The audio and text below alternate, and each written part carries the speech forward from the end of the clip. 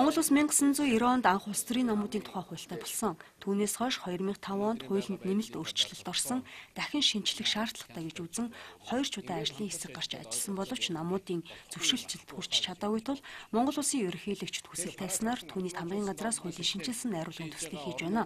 Олон нийтээр хилцүүлж байгаа энэ хуулийн шинжилсэн найруулгын талаар бид улс төр судлаач Мөнхбатын байр суурийг сонирхсан юм.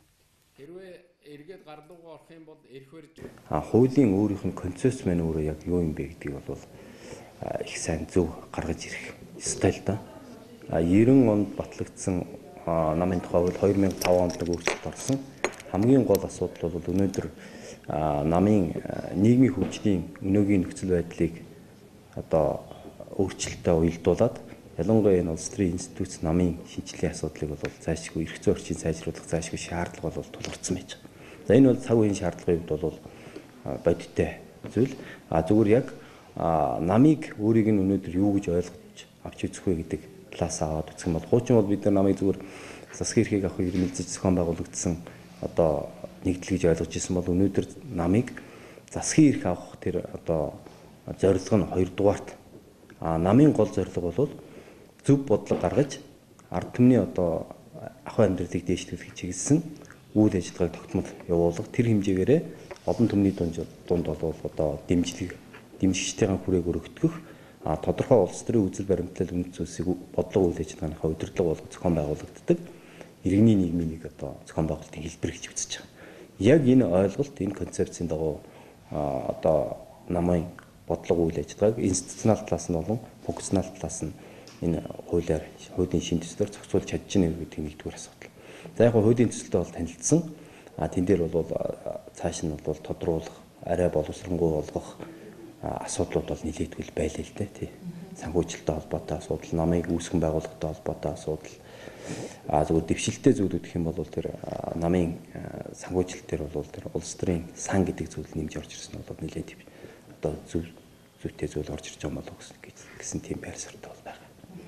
Ялангуяа одоо өнөөгийн нөхцөлд улс төрийн намуудын төлөвшил их шүүмжлэлт агуулдаг шүү дээ. Тэрийн төлөвшлийг бий болгохын суурь нүүрийн хууль бий чадах хэсгээр үзэл баримтлал яаж тодорхойлсон гэдгийг харж байна. Хуулинд бол тэр барууны зүүнний төвийг сагсан гэсэн үзэл баримталтай намуудын одоо бодлого явуулах үйл ажиллагааны эрх зүйн орчныг л дээрэс нь институтжилт буюу зохион байгуулалтын тэр эрх зүйн сайн орчныг санхүүжилтийн эрх зүйн сайн орчныг бүрдүүлэхэд чиглэх хэрэгтэй гэж ингэж ойлгож байгаа тийм. Энэ хуулийн дээр суулгаж өгсөн хариуцлагын механизмыг та бүхэн яаж харж байна? За яг зөвхөн хариуцлагын механизмын хувьд бол яг зөвхөн өмнөх хуулийн юуг бол үндсэнд нь баримтлсан тийм шинжтэй байгаа юм л да. Ер нь бол нам бол өөрөө маш хариуцлагатай институт байх хэрэгтэй. Яагаад гэвэл сонгуулиар дамжиж засгийн эрхийг авч тэгээд төрийн одоо тэр тодорхой механизмыг ашиглаж бодлогоо нийгэмд хүргэдэг юм байгууллага байхгүй. Энэ утгаараа бол сонгогчдын дэмжлэг дээр намын өөрийнх нь оршин тогтнох одоо үндэс оршиж яадаг учраас аль хор сонгогчдын өргөн хүрээтэй дэмжлэг авахын тулд мэдээж нам сонгогчдын одоо ахуй амьдралыг дээшлүүлэх, нийгмийг хөгжүүлэх гэсэн зөв бодлого гаргах. Энэ утгаараа бол тэр бодлогоо энэ утгаараа бол сонгогчд тэр зөв бодлоготой намыг дэмжих тэр бодлогын дэмжигдсэн тохиолдолд тэр бодлогыг дэвшүүлсэн нам мэдээж засгийн эрх авч таарна.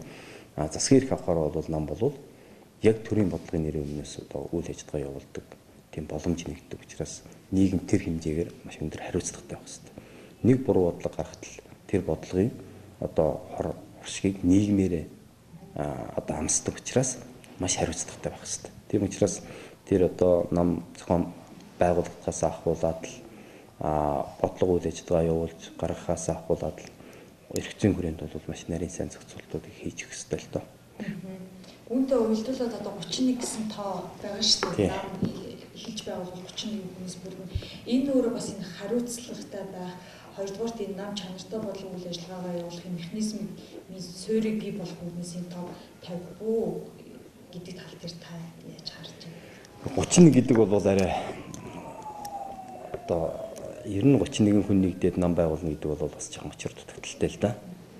Нам гэдэг чинь зүгээр яг одоо иргэдийн эвлэлдний нэгдэх үндэстээр эрхтээр суурилж байгаа хэдий ч гэсэн нам гэдэг чинь өөрөө иргэний нийгмийн байгууллагаас гол ядгагддаг зүйл нь сонгуулиар дамжиж засгийн эрхийг авч бодлого гаргаж тэр бодлогоороо нийгмийг удирддаг институтууд учраас тийм хариуцлагатай институцийг байгуулах шалгуурыг бол тэгээд доогуур тавьж болохгүй. Яг зөвхөн нам байгуулах гэдэг бол суур зарчмын хувьд бол яг одоо иргэдийн эвлэлд нэгдэх тэр суур зарчим дээр суурилж байгаа юм л да. Зөвхөн хамгийн гол нь тэр баруунаас бид нэр авахтаа суур зарчмуудын лав нөхөөс биш заавал одоо тэгж тоон үзүүлэлт талаас нь асуудал томч хуулбарлаж болохгүй.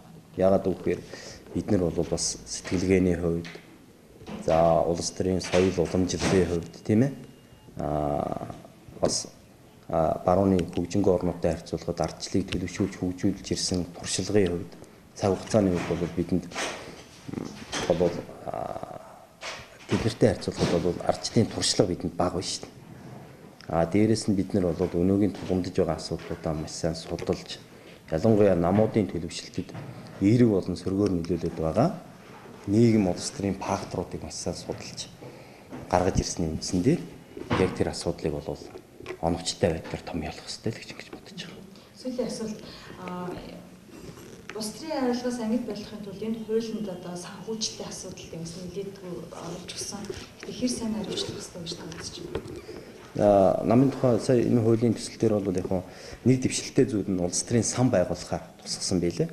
За тэр сан бол яг зөвхөн Германд их төвөмөл байдаг л та Германаас л авсан юм шиг байна.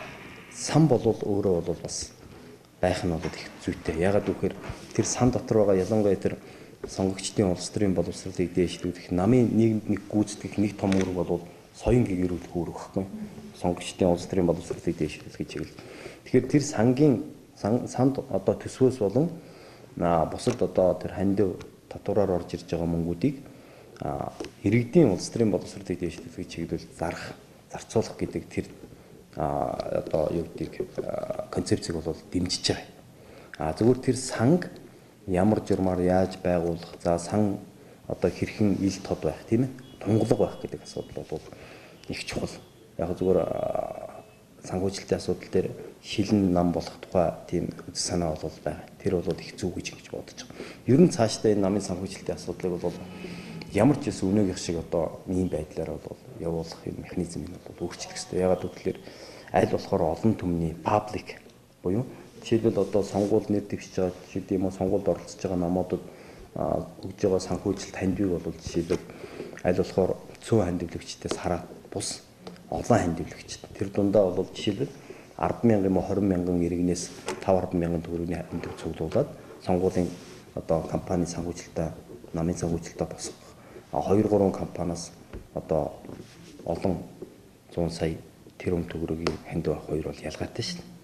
Тэр 20-30 мянган хүнээс одоо хандив цуглуулсан нам нэр дэвшигчуд бол эргээд 20-30 мянган хүнийхээ эрх ашигын төлөө ажиллана. Ямар нэгэн тийм цөөн тооны одоо их хандивлагчдын хараанд орохгүйгээр жинхэнэ хараа тусаар одоо улс төрийн шийдвэр бодлого гаргахад чиглэж ажиллана. Гэтэл ганц хоёр одоо том хандивлагчдаас хамааралтай байгаа тохиолдолд бол эргээл бас хүчтэй лобби орж ирэх тийм хуулиас лобби орж ирэх нөхцөлүүдийг нээгээд байна л да нам дотор.